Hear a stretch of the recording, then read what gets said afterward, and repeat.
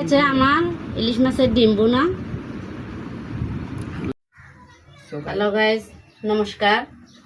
এখনের রেসিপি হচ্ছে ইলিশ মাছের ডিম দিয়ে আলু ভাজি। ইলিশ মাছ একটু নিয়ে দেখাবো। এই ইলিশ মাছের ডিম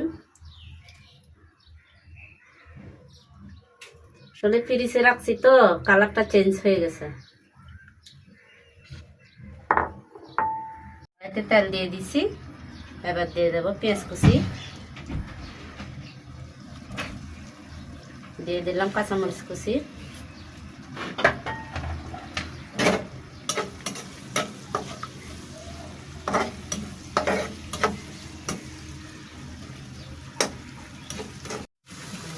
পেঁয়াজগুলো এখন হালকা নেড়ে দিয়েছি, একটু নরম হয়ে গিয়েছে। এখন আলুগুলো দিয়ে দেবো।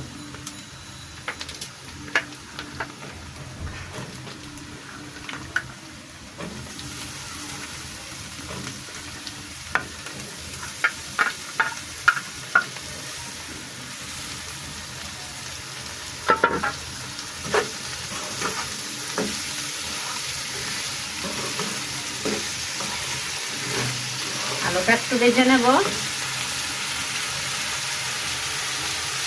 একটু ভাজা ভাজা হয়ে গেলে তারপর ওখানে হলুদ মরিচ এগুলো দিয়ে দেবো, নাইলে নিচে লেগে যেতে পারে।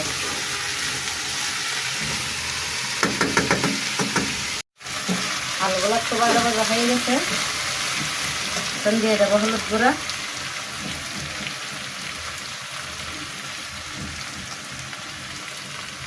দিয়ে দেবো সামান্য মরিচ গুঁড়া, একটু ধনে গুঁড়া, একটু জিরা গুঁড়া,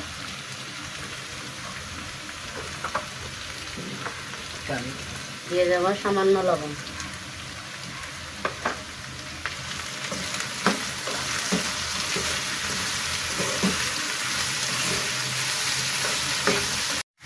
দিয়ে দিচ্ছি সামান্য টমেটো কুচি। এবার দিয়ে দিব মেন উপকরণ, সেটা হচ্ছে যে ইলিশ মাছের ডিম।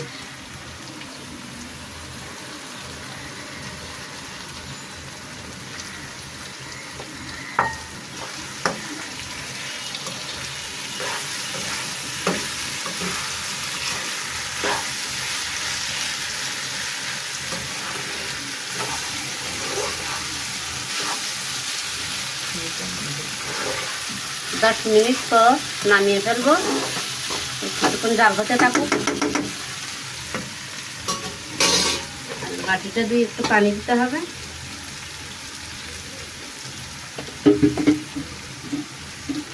দিয়ে দিলাম সামান্য পানি।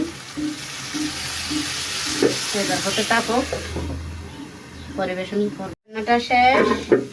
আলু দিয়ে ডিম ভাজি, ইলিশ মাছের ডিম ভাজি, ধনেপাতাটা দিয়ে দিচ্ছি। এবার নামিয়ে নেব, নামিয়ে আপনাদেরকে পরিবেশন করবো। আমার ইলিশ মাছের ডিম বোনা।